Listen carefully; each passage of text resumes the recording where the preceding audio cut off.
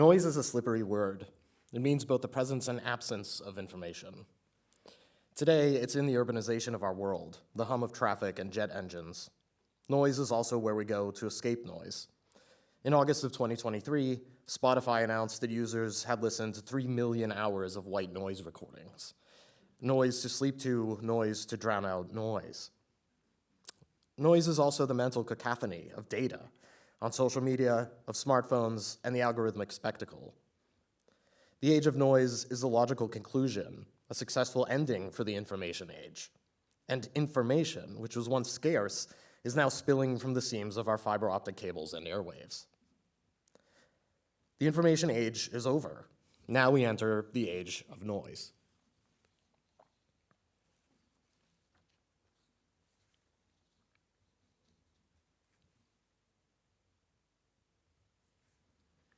We pinned the information age to the invention of the transistor in 1947.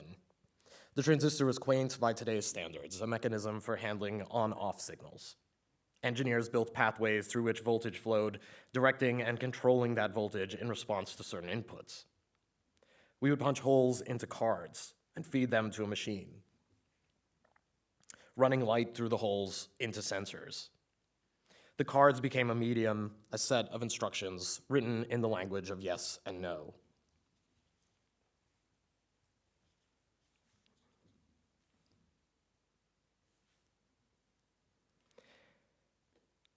In other words, it all started with two decisions, yes or no, 1 or 0. The more we could feed the machine, the more the decisions the machine could make. Eventually, it seemed the number of decisions began to encroach on our own. The machine said yes or no so that we didn't have to. By the start of the social media era, we were the ones responding to these holes. Like or don't like, swipe left or swipe right. It all began with a maze of circuitry. The first neural networks, our adding machines, the earliest computers, were designed to reveal information. Noise meant anything that crept into the circuits, and the history of computing is in part a history of noise reduction. The noise in our telephone wires and circuit boards, even our analog TV broadcasts, was background radiation, energy pulsing invisibly in the air, lingering for millennia after the Big Bang exploded our universe into being. Our task was to remove any traces of it from our phone calls. Today, millions of on-off calculations can take place in a single second. Put enough of these signals together, run them fast enough, and you can do remarkably complex things with remarkable speed. Much of that has been harnessed into lighting up pixels.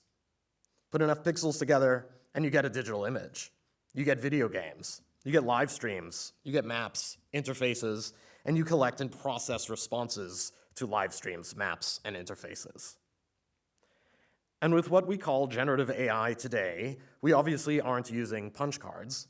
Now we inscribe our ones and zeros into digital images.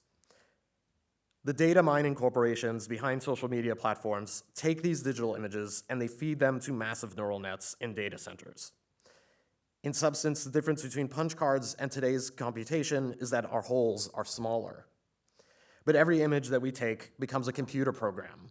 Every caption and every label becomes a point of information. Today's generative AI models have learned from about 2.3 billion images, with about 24 bits of information per pixel. All of them still, at their core, a yes or no decision moving through a structure. I don't say this to give you a technical overview of image processing. I mention it because the entirety of human visual culture has a new name. We used to call these collections archives, or museum holdings, or libraries. Today, we call them data sets. This collected culture has been harnessed to do the work of analog punch cards. And these cards, these physical objects, were once stamped with a warning: do not fold, spindle, or mutilate. Our collected visual heritage in its digital form carries no such warning. We don't feed our visual culture into a machine by hand anymore. And the number of decisions that we have automated are so large that even the name is ridiculous: teraflops. We upload images to the internet, pictures of our birthday parties, our weddings, embarrassing nights at the club, not so much me anymore, Our drawings, our paintings, these personal images meant to communicate with others are clumped together with other archives. Cultural institutions share a wealth of knowledge online for the sake of human education in the arts, history, and beyond. And in training an AI model, all of these images are diffused, a word that is so neatly parallel to this diffusion of unfiltered information that we surround ourselves with. And for once, it's a technology named in a way that describes what it actually does. Diffusion models actually diffuse. This word means what it says. It dissolves the images, it strips information away from them until they resemble nothing but the fuzzy chaos of in-between television channels. Images are diffused into noise. Billions of good and bad images all diffused into noise for the sake of training an artificial intelligence system that will produce a billion more images. From noise into noise. We move from the noise of billions of images taken from our noisy, data-driven visual culture, isolate them, and dissolve them into the literal noise of an empty JPEG, to be recreated again into the noise of one more meaningless image, generated by AI among the noise of billions of other images, a count of images that already overwhelms any one person's desire to look at them. The information age has ended, and we have entered the age of noise.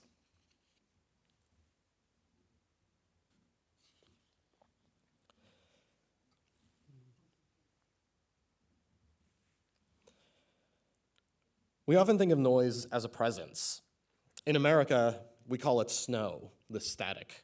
I've heard of other things as well. It's called ants in Thailand. Other places have other metaphors.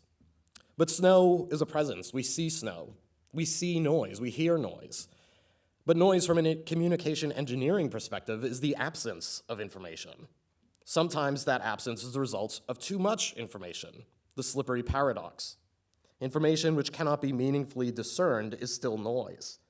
Information has been rushing at us for about 2 decades now, pushing out information in the frame of content to such an extent that almost no signal remains that is worth engaging with.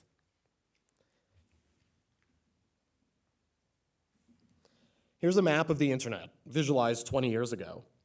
Since then, it has only grown, today becoming a disorienting flood of good and bad information coming through the same channels.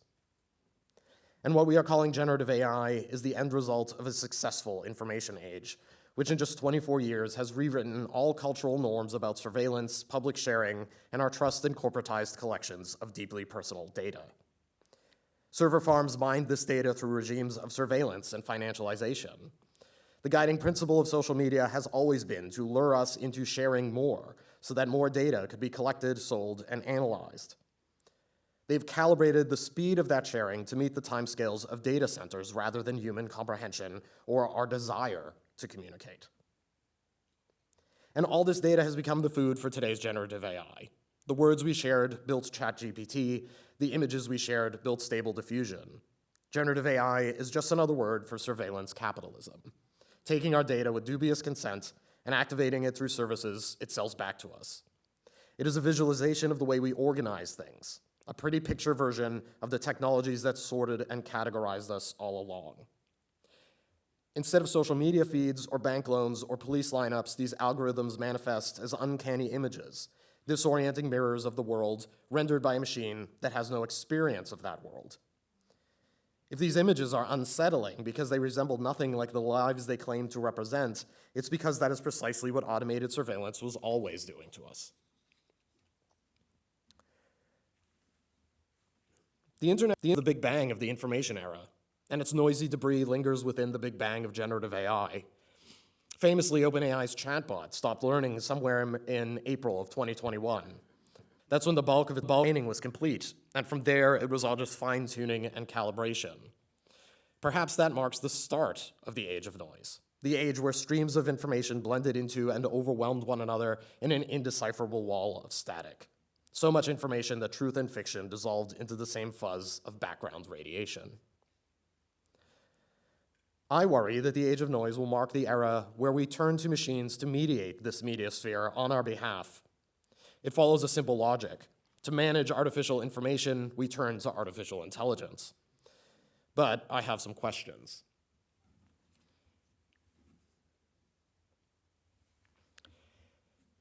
What are the strategies of artificial intelligence? The information management strategies that are responsible for the current regime of AI can be reduced to two: abstraction and prediction. We collect endless data about the past, abstract it into loose categories and labels, and then we draw from that data to make predictions. We ask the AI to tell us what the future will look like, what the next image might look like, what the next text might read like. It's all based on these abstractions of the data about the past. This used to be the role of archivists. Archivists used to be the custodians of the past, and archives and curators, facing limited resources of space and time, often pruned what would be preserved, and this shaped the archives. The subjects of these archives adapt themselves to the spaces we make for them. Just as mold grows in the lightest parts of certain film, history is what survives the contours we make for it. We can't save everything, but what history do we lose based on the size of our shelves? These are a series of subjective institutionalized decisions made by individuals within the context of their positions and biases and privileges and ignorances, the funding mandates, the space, and the time. No offense. Humans never presided over a golden age of inclusivity, but at least the decisions were there on display. The archive provided its own evidence of its gaps. What was included was there, and what was excluded was absent, and those absences could be challenged. Humans could be confronted, advocates could speak out. I'm reminded of my work with Wikipedia, simultaneously overwhelmed with biographies of men, but also host to a remarkable effort by volunteers to organize and produce biographies of women. When humans are in the loop, humans can intervene in the loop. Today, those decisions are made by pulsing flops. One of the largest data sets we have is a collection of 2.3 billion images, Leon 5B. It is the backbone of training most open source image generation models and likely most proprietary models. It is a scrape of the Common Crawl index of the web, and its curation was done by a machine learning tool called CLIP. CLIP's assessment criteria was simple enough. Using machine vision, compare the assortment of pixels in an image to the text in its caption. If the clusters of pixels looked like others that shared words in those captions, call it a match and include it. If it looked like a duck and it's labeled a duck, it's a duck. That was the end of the curatorial intervention into the data set behind generative AI. People seem to think that humans were involved in curating this collection. They were not. Instead, a group of volunteers created a tool to collect these images, made decisions about what that tool would do, which I just described, and then they deployed it. These were the folks with decent enough intentions, by the way. They wanted to build a data set that people could look at and understand and evaluate. The data was out there online, and when you look at online culture exclusively through the lens of data to be analyzed, it's not hard to see why they would grab all they could. Nobody looked at the result. How could they? It's 2.3 billion images. But the data set was collected, it was put online, and then used as training data for image synthesis. Of course, humans were involved in this data set's curation in an indirect way. These images were the noise that defined the tail end of that information age. It is online culture. It included samples of nearly every genre of visual evidence, memes and pictures of our pets and children and our drawings, but also photographs of Holocaust victims, of Nazis on holiday in France, images of comic books and pornography, Taylor Swift and Abu Ghraib. The Stanford Internet Observatory noted that the dataset contained up to 3,000 images of child sexual abuse. The researcher Gary Marcus found that it contained countless examples of SpongeBob SquarePants and the Joker and other copyrighted material, while the researcher Abiba Berhane has counted a long list of racist, misogynistic, and violent content in the dataset. Given what we know of internet culture, this should be no surprise.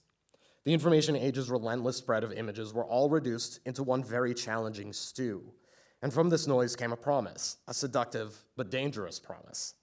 That is the promise of new possibilities, a paradigm shift. AI's integration of noise is not just on a metaphorical level. Noise is inscribed into these systems socially, culturally, and technically. These images are diffused, dissolved into static, and the machine learns how that static moves as the image is degraded. It can walk that vision backward to the source image, and this is how it learns to abstract features from text into generated images. Our training data constrains what is possible to the central tendencies in that training set. the constellations of pixels most likely to match the text in the description. In other words, it navigates averages, trading meaning for the mean. But the original context is irretrievable. It reminds me of what Don DeLillo writes in White Noise, that the world is full of abandoned meanings. Meanings emerge from relationships. Words in a dictionary don't tell a story until they are arranged in certain relationships. And this is why memory matters. There is something disturbing to me about reducing all of history to a flat field from which to generate a new future. There are echoes of colonialism there, to take history, erase it, and rewrite it in the language of new potentials, opportunities, prosperity, without deferring to those who built its foundations. AI offers us a possibility of what? Opportunities for who? Prosperity for which people? Who gets to build a fresh start on stolen intellectual property? Who gets to pretend that the past hasn't shaped the present? Who has the right to abandon the meaning of their images? Of course, all of these images still exist. Nothing is eradicated, nothing gets destroyed, but neither is anything honored or elevated or valued. Nothing in the training data holds any more meaning than anything else. It's all noise. Images of victims and perpetrators fuse together for our enjoyment as noise, tiny traces of trauma inscribed for the sake of seeing something to post online. But I want an imagination that moves us towards a resolution of the traumas of the past rather than simply erasing them. The AI image is not new in the sense that it creates something. Rather than new, the static is random. Its old patterns adapted to random noise. That's distinct from newness. It is more true to say that the image is wrong. It is a hypothesis of an image that might exist in the static, based on all that has come before. The image that emerges is also noise, constrained by language and data. It references language and data to find clusters in that static. It is a prediction of what the image might be, a hypothetical image, constraining every possible image through the filter of our prompts. And all of these abstractions are wrong. No image made by image synthesis is true to the world, but every image is true to the data that informs it. It would be lovely to think of AI as creating something new. The age of noise offers us only a false reprieve from the information onslaught. This is not merely imaginary, though the imagination is what we are fighting for. The images themselves contain discernible traces of our past. The data that constrains that noise is shaped by racism, pornography, stolen content, images of war and abuse. It is shaped by the way we label our images online. The training data for the prompt white girls contains thousands of images from Victorian-era portraits. The training data for black girls depicts sexualized adult women, including explicit pornography, which I've censored here as black boxes. Some companies are trying to navigate this by inserting diversifying words into our prompts without telling us, which solves the problem through the interface, but the models still produce stereotypes. British people are almost always elderly white men. So are doctors. So are professors. So are a lot of things. Mexican men are typically depicted with sombreros in Midjourney. The training data for these bodies informs that outcome, and they weigh on the representations of their outputs. This diversity of human bodies cannot really make it through a machine that constrains images to their composites. In the white noise of AI, we are all fused together into one and sorted by the weight of the most common.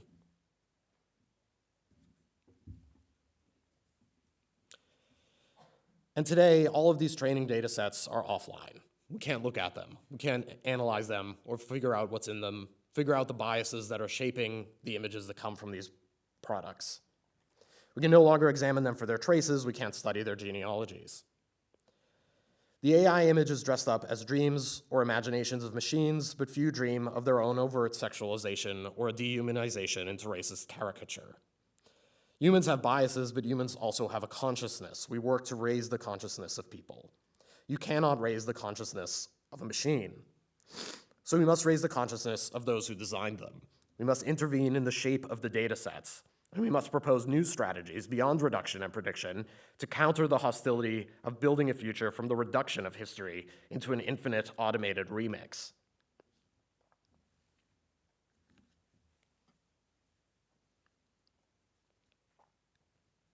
That is not to say we should dispense with the past. Far from it. The idea of the remix is that we choose elements to arrange, and we move that culture forward with thought, arrange the pieces to the moment. The remix is not random pastiche. It is a thoughtful engagement. AI images are not a remix. They are the constraint of random noise through prediction. They don't engage in past or understand it. They reanimate it like a seance, but then they lie about what the ghosts tell us.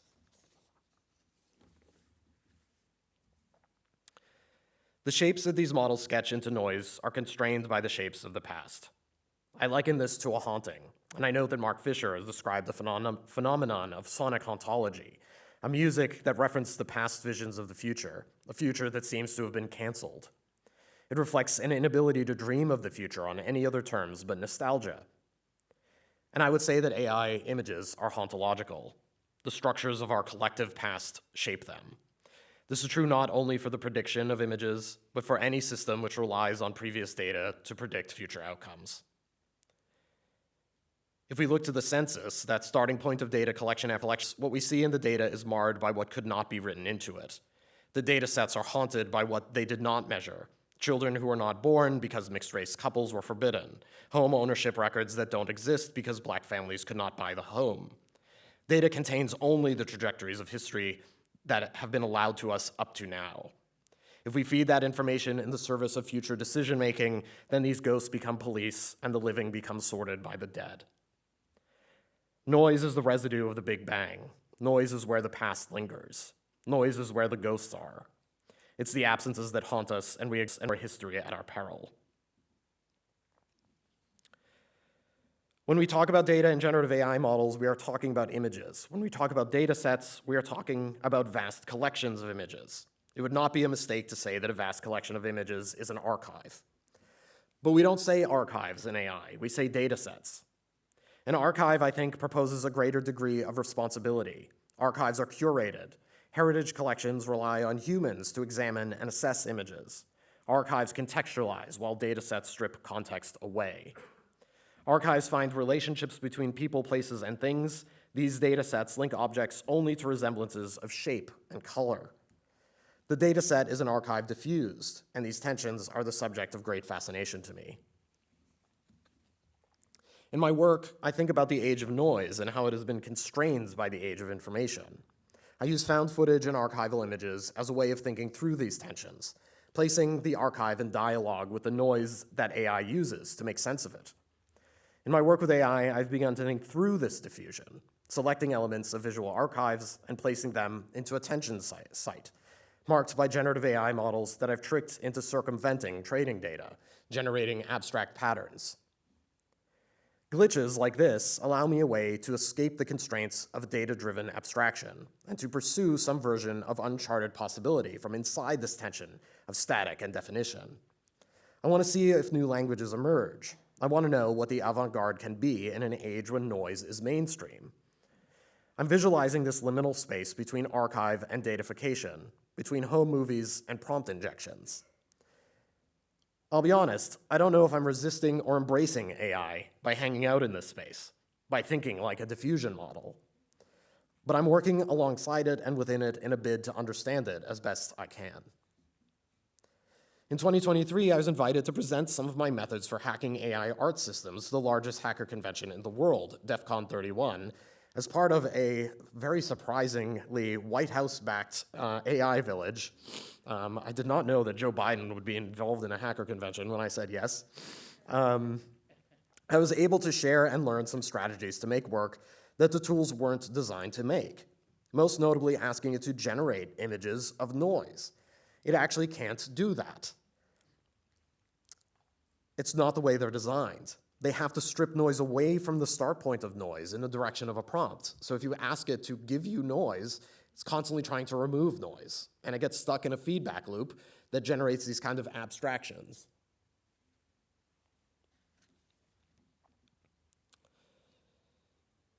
How ironic that these machines literally cannot make noise. I find these beautiful and elegant as a result of that messy contradiction. Not beautiful in the usual sense that we evaluate an AI image. There's none of that pristine lighting or supermodel faces pulled from composites of all supermodels and all lighting techniques. They're the residue of a system that has been set adrift without data about the past. It's a rendering of an image from a machine that has been told, you don't actually know anything. Swim is a work from this year that I created while trying to visualize all of these ideas, of information from the archive dissolved while shaping the future, the past stretched out endlessly into the present until it is perceived as something new. In Swim, a swimmer from archival footage frolics in a pool, now transformed into animated frames of an AI-generated glitch. Over the course of 9 minutes, the footage is dissolved, as is all training data, to be quantified and linked to words. Swim is a description and a prompt. The archives used to be where history went, and now it is where the future is made. Here I've blended the resulting noise with a real body, a body from the archives, the image of a swimmer. I'm well aware to the presence of the male gaze in this footage. The swimmer is a body being analyzed, studied, traced, and this film was labeled in the archive as a form of erotic entertainment. The male gaze moves into automated form, enacting all the leering but at a remove. The analysis of the body in the archive is what makes deepfake pornography possible. If we want to look at bodies and AI, we look at them through the historical gaze, itself a masculine gaze. And yet, this swimmer, in the midst of this surveillance, in the midst of being dissolved, in the midst of being translated into media, strikes me, quite simply, as enjoying herself. I don't know, of course, but a part of me longs for that weightlessness, that ability to move freely while submersed in what might, in any other context, drown us. This work is a critique of AI, but it's also a hopeful refusal of my worst fears about these systems and their relationship to creativity. That is, that our techno-social future reflects AI's techno-cultural forms. If so, we can use these tools to push back against their logic, to reveal what is concealed by the interfaces and the language and myths of AI, to surface what swims in the archive beneath the prompt in all its messy, contradictory human complexity. I'm often asked if I fear that AI will replace human creativity, and I don't remotely understand the question. Creativity is where agency rises, and as our agency is questioned, it is more important than ever to reclaim it through creativity. Not adaptability, not contorting ourselves to machines, but agency, contorting the machines to us. I fear that we will automate our decisions and live out variations of past patterns based on the false belief that only repetition is possible. Of course, my work is also a remix. It has a lineage. To Namjoon Paik, who famously quipped, "I use technology in order to hate it properly." And this is part of the tension, the contradictions that we're all grappling with. I'm trying to explore the world between archive and training data, between the meaningful acknowledgement of the past and the meaningless reanimation of the past through quantification. Archives are far more than just data points. We're using people's personal stories and difficult experiences for this. There's a beauty of lives lived and the horrors too. These images are more than data. There is more to our archives than the clusters of light-colored pixels. Our symbols and words have meaning because of their context and collective memory. When we remove that, they lose their connection to culture. If we strip meaning from the archive, we have a meaningless archive. We have 5 billion pieces of information that lack real-world connection, 5 billion points of noise. Rather than drifting into the mindset of data brokers, it is critical that we as artists, as curators, as policymakers, approach the role of AI in the humanities from a position of the archivist, historian, humanitarian, and storyteller. That is, to resist the demand that we all become engineers and that all history is data science. We need to see knowledge as a collective project, to push for more people to be involved, not less, to insist that meaning and context matters, and to preserve and contest those contexts in all their complexity. If artificial intelligence strips away context, human intelligence will find meaning. If AI plots patterns, humans must find stories. If AI reduces and isolates, humans must find ways to connect and to flourish. There is a trajectory for humanity that rests beyond technology. We are not asleep in the halls of the archive dreaming of the past. Let's not place human agency into the dark, responsive corners. The challenge of this age of noise is to find and preserve meaning. The antidote to chaos is not enforcing more control, it's elevating context. Fill in the gaps and give the ghosts some peace. Thanks.